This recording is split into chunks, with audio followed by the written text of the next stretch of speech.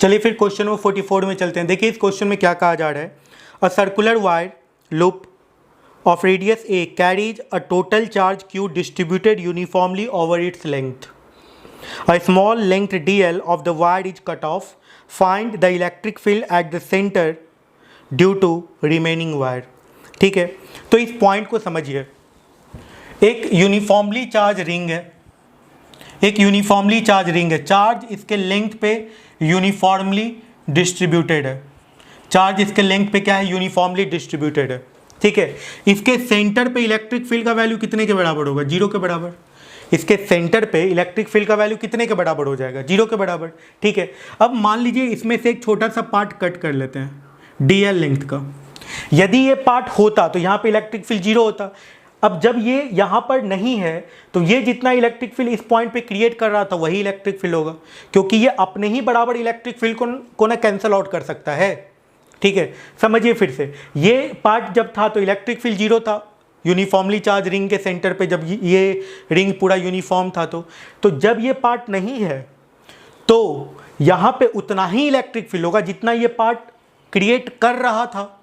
ठीक ना, क्योंकि यदि उतना नहीं होगा तो ये यहाँ पे इलेक्ट्रिक फील्ड 0 हो ही नहीं पाएगा, क्योंकि ये पार्ट जितना इलेक्ट्रिक फील्ड को बैलेंस कर पाएगा वही तो 0 हो पाएगा। ठीक है, तो देखिए यहाँ पे इस पॉइंट को समझिए। ये जो पार्ट था इस पार्ट के बारे में बस समझिए। ये पार्ट है यहाँ पे डीएल लेंथ का। ठीक है, इस पे चार्ज मान लेते हैं DQ है।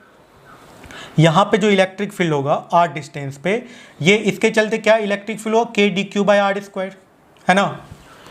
और ये जब था तो इलेक्ट्रिक फील्ड यहाँ पे 0 था, मतलब ये पूरा रिंग मिलके इस पॉइंट पे KdQ/r² इलेक्ट्रिक फील्ड इस पार्ट की तरफ क्रिएट कर रहा होगा। ठीक है, तो जब इसको कट करके हटा लिया गया तो बस ये रिंग का जो इलेक्ट्रिक फील्ड होगा इस पार्ट की तरफ KdQ/r², बस यही बच जाएगा, है ना।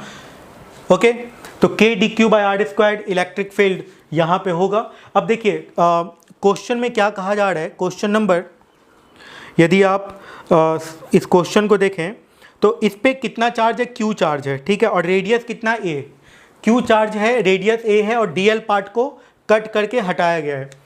तो इसका टोटल लेंथ Q चार्ज कितने लेंथ में डिस्ट्रीब्यूटेड है, 2πA लेंथ पे। 2πA रेडियस का वैल्यू A दिया हुआ है। ठीक है, तो यूनिट लेंथ में कितना चार्ज डिस्ट्रीब्यूटेड होगा, Q/2πA। तो DL लेंथ में कितना चार्ज डिस्ट्रीब्यूटेड हो जाएगा, Q/2πA इंटू DL। तो ये DQ हो गया, DL लेंथ में इतना चार्ज हुआ, तो ये DQ का वैल्यू निकल गया। पुट कर लीजिए, कैलकुलेट कर लीजिए। तो DE का वैल्यू जो इलेक्ट्रिक फील्ड क्रिएट करेगा इस DL पार्ट के कट करने के बाद, जो वहाँ पे इलेक्ट्रिक फील्ड होगा उसका वैल्यू कितने के बराबर हो जाएगा, K DQ के जगह पे पुट कर देंगे Q/2πA इंटू DL/r², और रेडियस के जगह पे कितना हो जाएगा, A², है ना। तो ये हो जाएगा कितना, KQ/2πA³ into DL। This is the value of electric field. तो इस तरीके से ये क्वेश्चन बन जाएगा। चलिए फिर नेक्स्ट क्वेश्चन में हम लोग चलते हैं।